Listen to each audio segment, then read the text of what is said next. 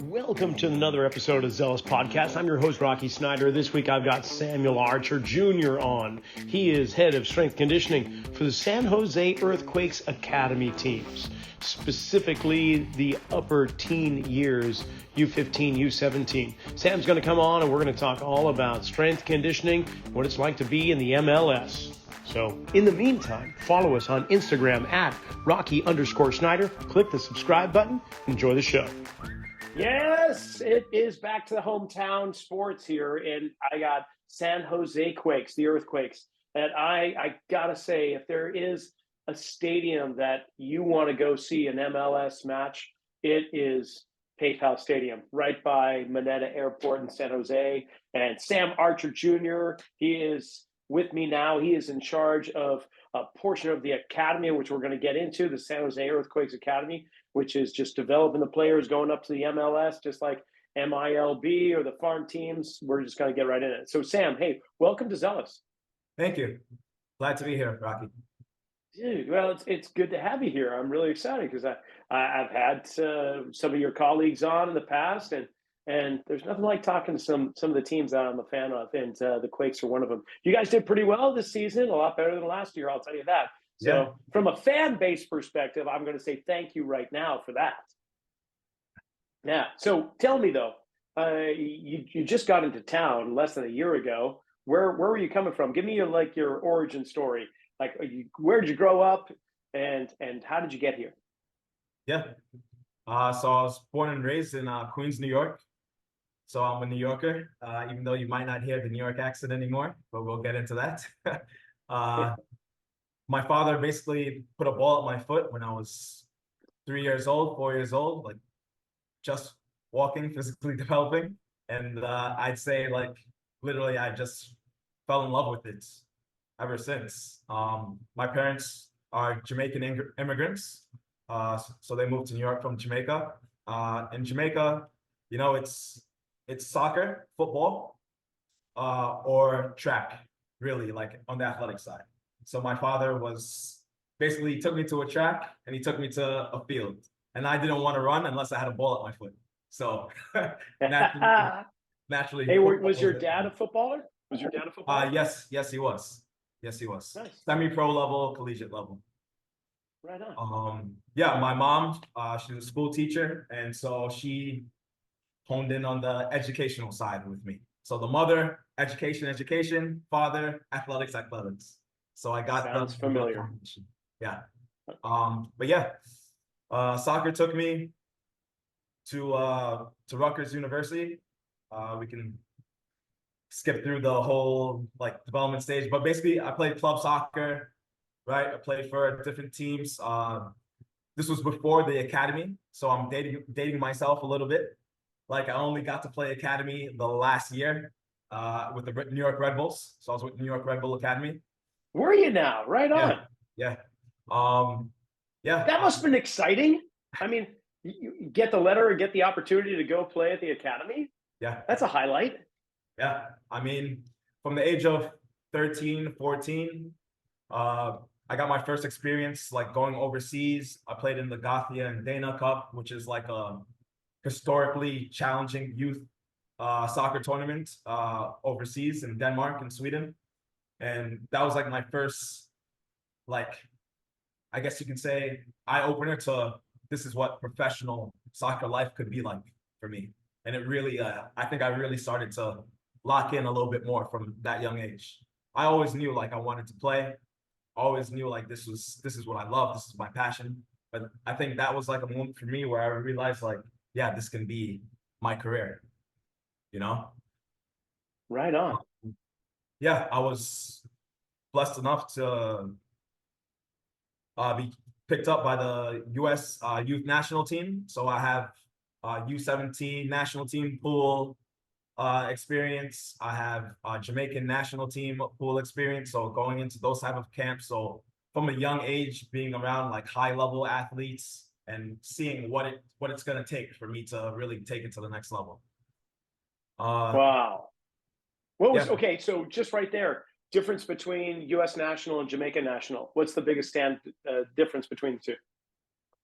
I just say at that time, at least, organizationally, U.S. structure was definitely more in place for sure. Mm. I think Jamaica has grown a lot in that area for sure. But yeah, U.S.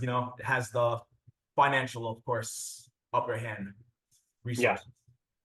But yeah, that's so we're at around like 15, 16. That took me to I actually went to your neck of the woods. When I didn't get invited to IMG Academy, it's called, I decided to I needed a challenge. So my parents sent me to Brooks boarding school. Ah, So in North Andover. So I'm yeah. familiar with Massachusetts. I'm familiar with Boston. I played there for 2 years, and that definitely helped my obviously being seen for collegiate soccer and progression like that. I was around high level athletes, also high level teachers, right? And this type of realm and understanding of what it takes to succeed as a professional. After my junior year there, I moved back to New York for my last year, my senior year. And then I got picked up by Rutgers. So I went to Rutgers University. That's the school I decided on. I'm curious though, just backing up there. Did you guys go against Phillips Academy in Andover? Yeah, we did. I figured, yeah, yeah. We did. And did you just destroy them every time? Just lie and say yes because it'll feel so good. Yeah. Excellent. We had a quality team. We had a Beautiful. All right. So then from Rutgers, where do you go from Rutgers? Yeah, so played all 4 years at Rutgers, all 4 seasons. After my last season, I got picked up by Colorado Rapids to MLS. So that took me to that step. I didn't sign the first team contract. So I ended up going overseas to try my luck overseas. Okay. And then I was pretty much a journeyman overseas.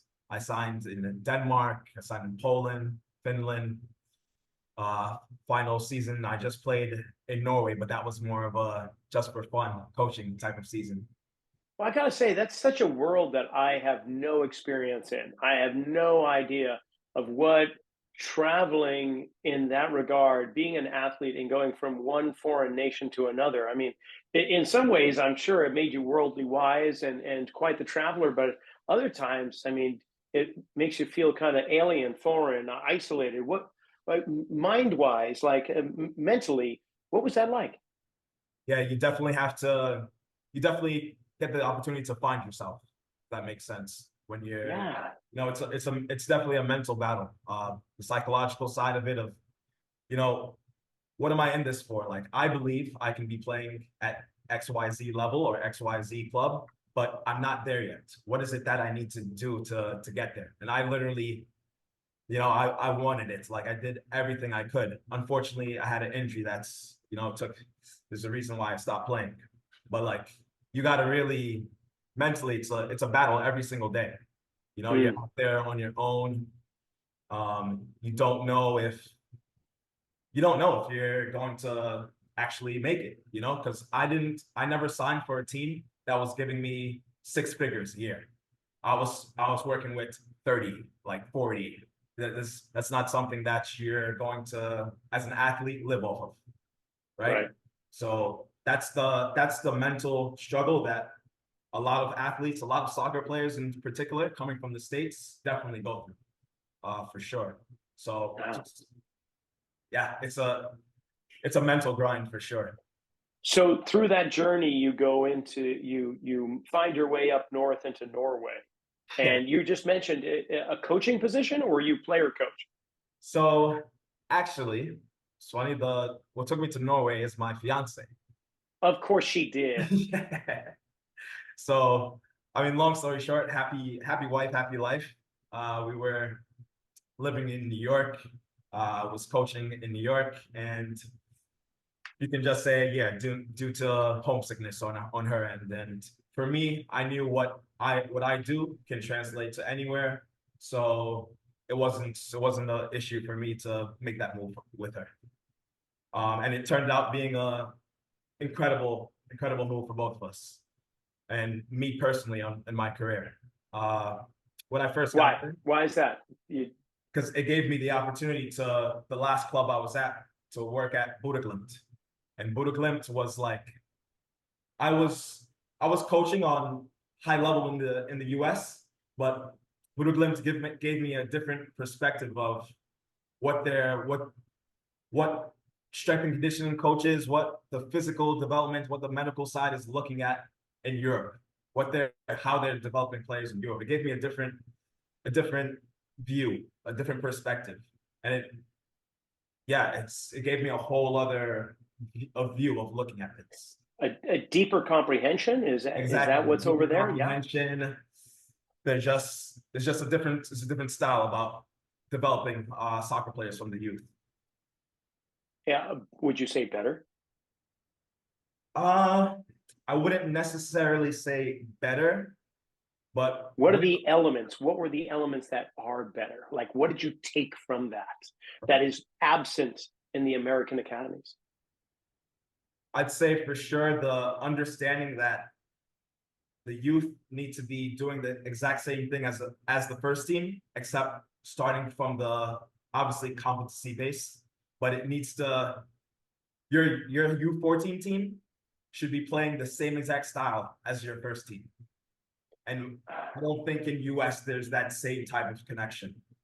That makes sense. Over there, they understand that in every single age group going through the process, you're developing. These are the guys that are going to be your guys. Here, it's a little bit more like, in the US, you have collegiate, there's not the same type of urgency to make each team literally, that's going to be like, say, all these U17s, they're going to be my first team. Understood. So I really honing in on that and that type of understanding instead of trying to develop players that are, looking at individuals and looking like, yes, this player is good enough to go pro. This player is good enough to go collegiately. It's the all-around technical, tactical, physical development piece leading into the first team. I think understood. I think we can get better at that in the States for sure. Yeah, well, it seems like there's a little bit of a push in that regard. I mean, I think it was 5, maybe 6 years ago, I went for my US soccer license, which, they connected with FIFA. And at the time they were talking about how we have just got to have the same language. First of all, we're going to number the positions. We're not going to have them have titles to them. And we're going to try to develop the same strategies universally all the way down. But not everyone bought into that. Right. But I see it happening. I mean, if that path continues on, I could see us catching up to European soccer in that fashion. So, okay, so you're in Norway. How long were you there for coaching? I was there for 3.5 years.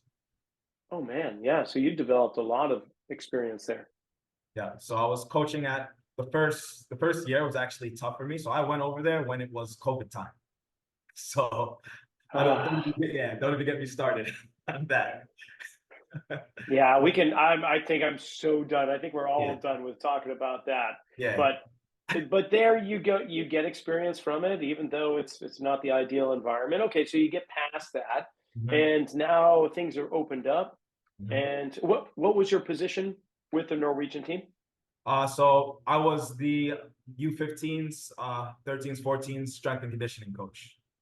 So I started with the when I first got in, I was with the second team, but on a part-time basis, I guess just to feel me out, see whatever, and then more of a full-time role with the 15s, 14s, 13s. Right on. Yeah. Okay, so let's talk strength conditioning here with varying age groups that are just post-adolescent, I guess, or pre-adolescent. Like, how did your programs vary, if at all, for the U13, U14, U15, and so on? Right. So when you're dealing with the academy age groups, you really want to, as I was saying before, it's top down type of structure. So my U13s need to be, or you can say from top down type of structure. My U13s this year I'll be able to send them to the U14s with the with the competency of the U14s, the 14s to the 15s, 15s to the 17s. So it's Okay, like cool. it's building blocks like that. The 17s, those you want to treat them, they're professionals at that age. So my style of coaching and my style of everything on the field and everything in the gym, you're tailoring to what the second team is going to be doing. So you want there to be a connection between the age groups, right? Yeah. There has to be a connection. So everybody I send from my age group, from the 17s to the second team, they need to be fully competent in everything that the second team is doing, and so forth and so forth.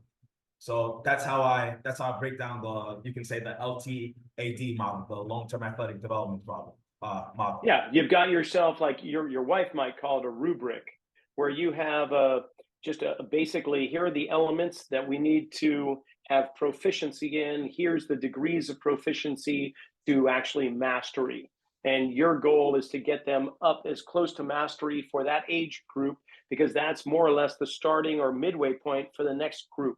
So you're not having to introduce a whole new concept the very next year as they age up. But so with your younger players, are we talking proper lifting mechanics, proper understanding of load, proper understanding of rest? I mean, the basic fundamentals, and then you're going to build upon that with the U14 and so on? Exactly. And obviously, so when I come in, right, I have to put you can say, my macro structure together for everybody to see.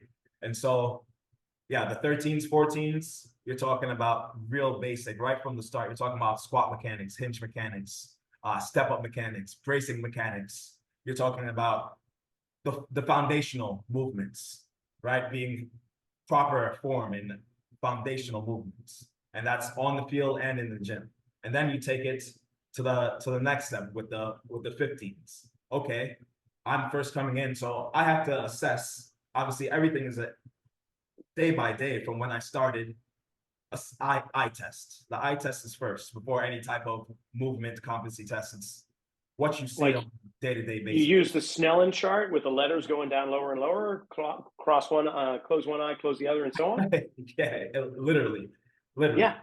Okay, so maturation is a big part of what we do and what we did at Buddha Glimpse, right? Because right now, most of the studies show that 13s, 14s, 15s age group, 16s as well, right? When they're going to that structural development, there is a period where we can really accelerate development. And that's what we try to hone in on in the academy. So we're looking at, right? So in my macro cycle, I make sure we have periods where we're doing PHV testing.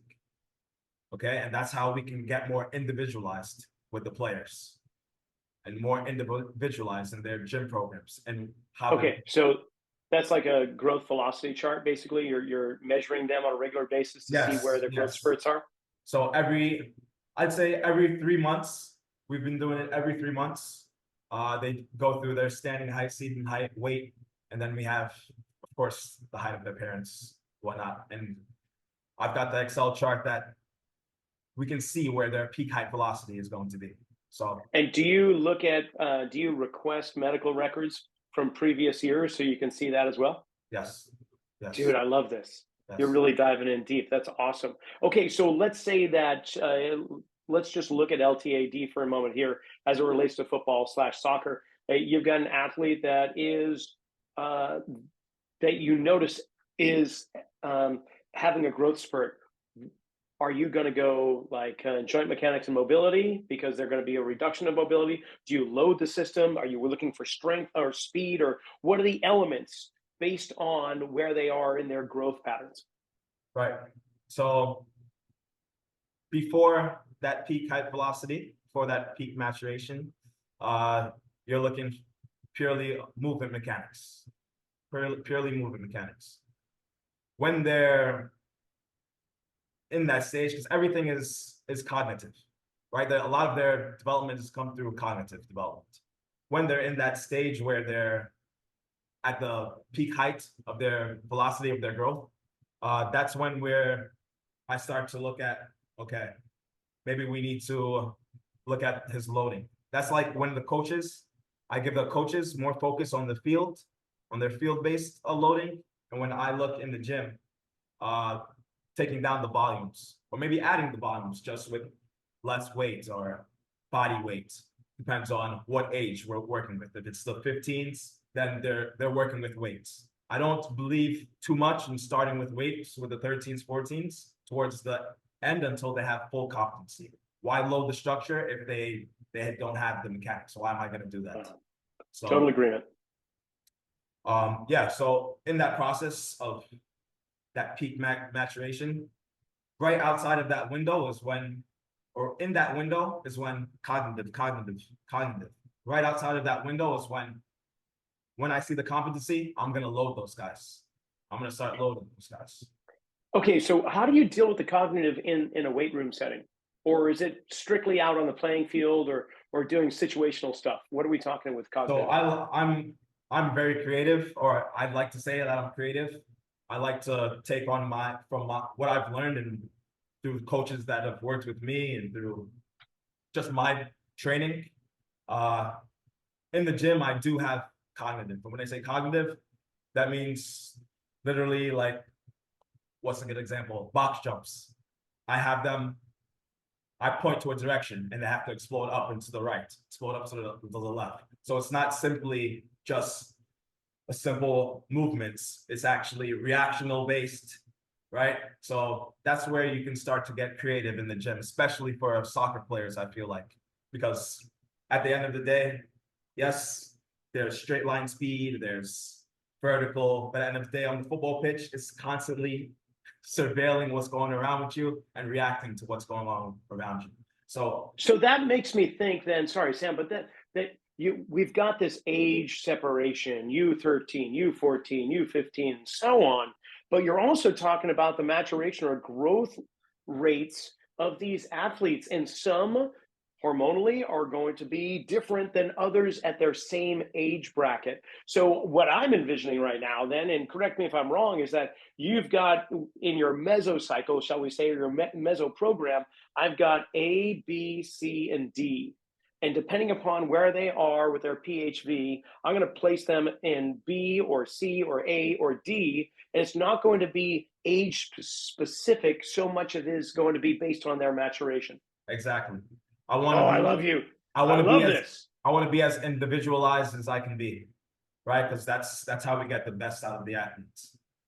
I go by approach where, right, our top athlete, I can't have him. We're not going to slow down the program for the bottom athlete. So I try to get as individualized as possible so that the top guys, they're going to the stages where they can be peaking. And then usually I've seen that it works that, right, you catch up, right? The guys in the bottom, they catch up. As long as the competency is there, right? You hone in on the competency and then you can really start to get into more advanced type of training. So how do you explain that to your athletes though? I mean, they're not fully mature. So therefore I'm going to use the word immature or premature or something like that. They may not have the neurological conceptual wherewithal to understand this process. So how do you get the buy-in? How do you not kind of like, here I am standing just an inch over hobbitdom? How do you tell this athlete over here, hey, the reason why you're doing this is because you're not growing? Because, you know, if you eat your Wheaties and maybe someday you'll be able to lift like these bigger guys over here. Obviously you're not doing that, but how do you have those conversations? The beautiful thing is for me, just talking from my experience, I can give them my experiences. I've been in their shoes. I've worked with players in their shoes. So I like to use my experiences. First thing I have to do as a strength and conditioning coach for me is connect with the players. If we're not connected, you're not gonna buy into anything that I'm saying. And that starts with the youngest age group to the oldest age group. So seeing is believing, right? They say seeing is believing. So I like to really, you could say, practice what I preach so I can preach what I practice. Right? So I lead by example in the gym sessions. And I like to I mean, I just connect with them on that type of level. Right And, on. you know, I just try to connect with them the best that I can. We're going to take a quick break in the action because I want to talk to you about Setanta College. It's where I'm enrolled for my master's degree, but they've got plenty of master's of science degrees for all strength conditioning, performance, such as applied sport and exercise psychology, a master's of science in sports injury, return to performance, performance coaching, and applied sports biomechanics and movement science.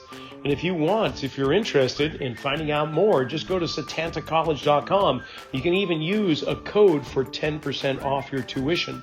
That's RS10, RS10. Go to Setanta College and you won't be sorry. It's a great educational process to step up your game. Now, back to the action. With your academy, you mentioned strength and conditioning. It is very common for athletes to be year-round athletes. And in the academy, that's what you got. So, but we know that there's a high burnout rate with single sport athletes, and they need to have other types of conditioning, AKA other sports and activities. So within your program, how do you incorporate that? Aside from the weight room, are there times somewhere during the full year that you're going, you know what, we're playing lacrosse? So with the 13s, 14s specifically, 15s as well, I literally have blocks in the warm-up and things that we'll do on the field that is multi-sports. Okay, so I'll incorporate other types of sports into the warm-up, just other types of movements for them, multi-sport, so it doesn't get stale.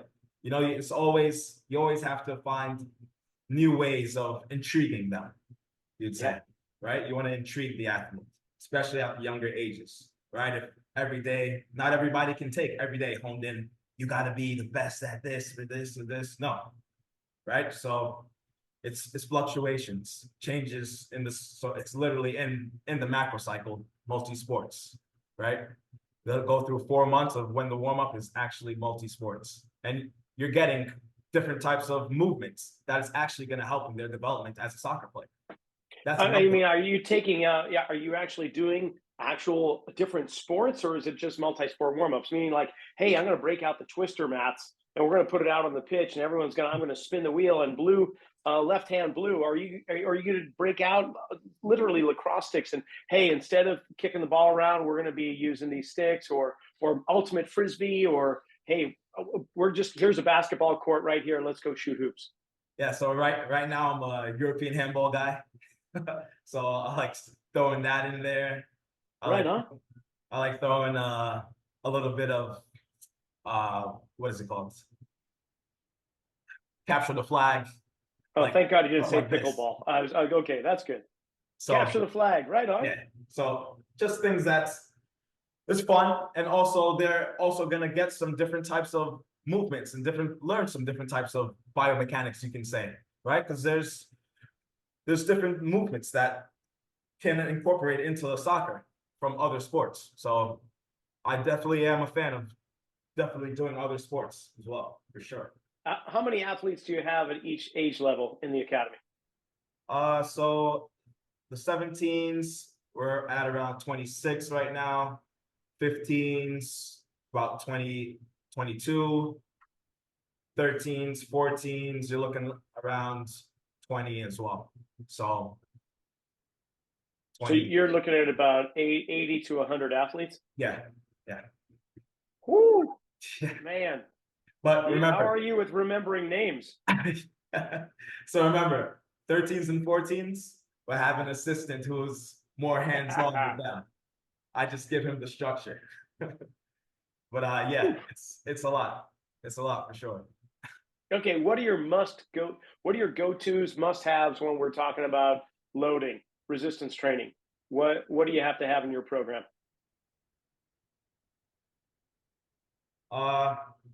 In terms of like in the gym. Yeah, gym setting, like we're going to be doing front squats or back squats. We're going to do any specific, or we're going to do Bulgarian split squats. We're going to be doing hex bar deadlifts. I mean, what are your go-to, what are your fundamental foundational movements from which you can have accessory lifts? What are your main lifts? My main lifts usually consist of, if it's a more total body type of day, you got the horizontal pull, horizontal push. You've got squat dominant movements. I definitely like to incorporate single leg movements. As you said, like the Bulgarian lunge. You want soccer players to definitely have that ability laterally, contralaterally. There's definitely in all the movements, of course. I'd say I go through periods of whether it's going to be a full body strengthening, lower body strengthening, upper body strengthening, or explosive. And plyos are always a part of the program. I always have some form of plyo in the program. And what's kind of the volume we're talking? If you're counting contacts or how do you measure volume for plyometrics? When do you know that you're reaching the point where, okay, that's the appropriate amount and I don't want to overdo it? I mean, especially coming from a European background, which historically they have a tendency to overdo the plyometrics. No offense to the East Germans or whatever, but you know what I mean? Yeah. So, I mean, we're coming right now out of my most fun time of the year, along with the start of the season, because we just came off of a month break. So I had them doing a off-season program that consisted of strength and power, just so they stayed competent and had not necessarily hypertrophy, but they stayed strong and they stayed malleable and plyo already. So then we started, as soon as they came in, I went into a high volume with explosive plyos. And we went into you could say, when we say high volume, we're talking about 3 sets. We're talking about 10 to 15 reps. Like, we're talking really high volume. At that period, we don't have games, so I'm really pushing the guys. I want them to build strength. I want them to build power. We're really focusing in on that. I just went through the last 2 weeks coming into this game is our first like proper MLS game, French contrast type of block. So I went a little bit lower on the volume and higher in the intensity. I don't know if you're familiar with the French contrast training, but I'm not. Could give me a breakdown? Educate me. So essentially it's you could say a triple, starting the block with a triple set, loading vertical force. Okay. So, for example, you'd start with at least for the 17s. I don't like to do too much of the back, but I would do quarter kettlebell squat, up and down, fast. Okay, so you're mimicking the jump motion, everything but coming off of the ground. It's loaded with a heavy kettlebell. Then straight into dumbbell verticals. Okay. So right after that, okay, so loaded jumps. Okay, then into fully using it into, say, a triple broad jump. So it's intense, heavy on the legs for that period, and essentially it's loading the vertical, right? Loading the different movements in the vertical. Another variation of that I used is also, you can do kettlebell Bulgarian, for example, into lunge jumps, and then like lunge jumps with weight, and then into, say, single leg bound jumps for distance. So it's got it. Either unilaterally or bilaterally, you're loading through the different movements in a vertical or horizontal force, and then into the higher the load, the lower the ballistic intensity. And exactly. As you lighten the load, the greater the ballistic, and then till they have no load except for themselves, and you're just sending them flying. You just go. Exactly. Got it. How often do you do that? Weekly? Once a week? No. Or is it like matched match or game day -2, or how does that work? So that French contrast block, I'll do only 3 times this season. Oh, And it'll be a 2-week period. 2 weeks, okay. 3 times a season. And this is a period of when, like, I'm not worried too much about the load that they've gone through, like, in the season. So that's more pre-seasonal, like right. just beginning of the season, if not before. Preseason, Yeah. and as I said, this is a mid preseason, and then towards the end when I want them to be, obviously, I'm looking at the load when I want them to be peaking again going into playoffs. And of course, you've got sports science on your side here. Just before we hit the record button, you're saying I just finished uploading a whole bunch of data. So you've got your GPS, their fatigue states. So Exactly. you're going to play it by ear when it comes to that, I imagine. Exactly. One thing I really enjoy, I don't have like data results yet, but I have seen, like, at least with teams and through my own training, that also adding you can say assisted type of plyo towards the end of that is also, it's definitely worth using it, worth adding into the program. And so I did add into the French contrast block. We'll do a heavy kettlebell squat, then into the loaded verticals, and then into an assisted, like, resistance band around the pull-up bar, assisted verticals. And obviously I only do that with the oldest age groups, like, so just the 17s, the 15s. Wait. Why would you do it with the oldest age groups? Because I'm imagining you're able to get so much more force production from ground contact, but you reduce the impact by having the band. No, not on the deceleration, not on the down. Oh, so they let go of the band? So imagine you have a pull-up bar. Yeah. You tie the resistance band, whatever weight that is good for the player, Gotcha. and you grab onto it, and essentially you're jumping higher than you can actually jump.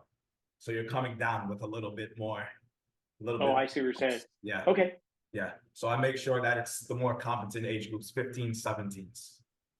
Got it. I was thinking that'd be actually less impact because the band is helping to decelerate. But then again, you are going to a higher level, so you're probably with your measurements, your metrics, you're like, oh no, we're actually landing a lot harder. Yeah, they've got to fully go through, like, landing mechanics blocks before they get to anything like that.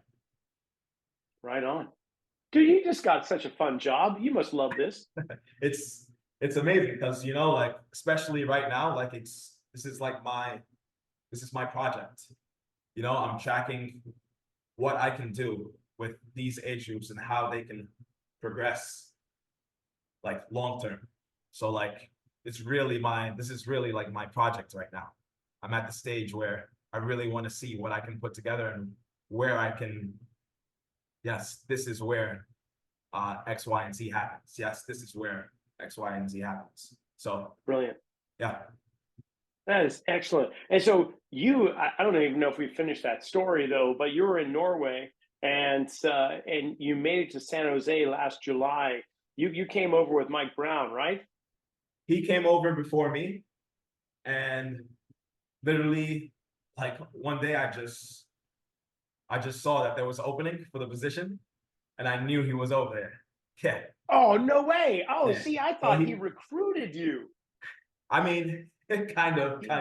You did it on your own. No, good for you. Yeah. Wow, that's great. You saw an opening and you went for it, and you got and I'm sure your wife is thrilled with living in Norway while you're out in California. No, she came with you, right? She's coming. She's coming. Yeah, she's coming. So they're she's coming still around like April or June. So nice. You say they? You've got kids too? Yes, I've got a little 1 year and 9-month-old.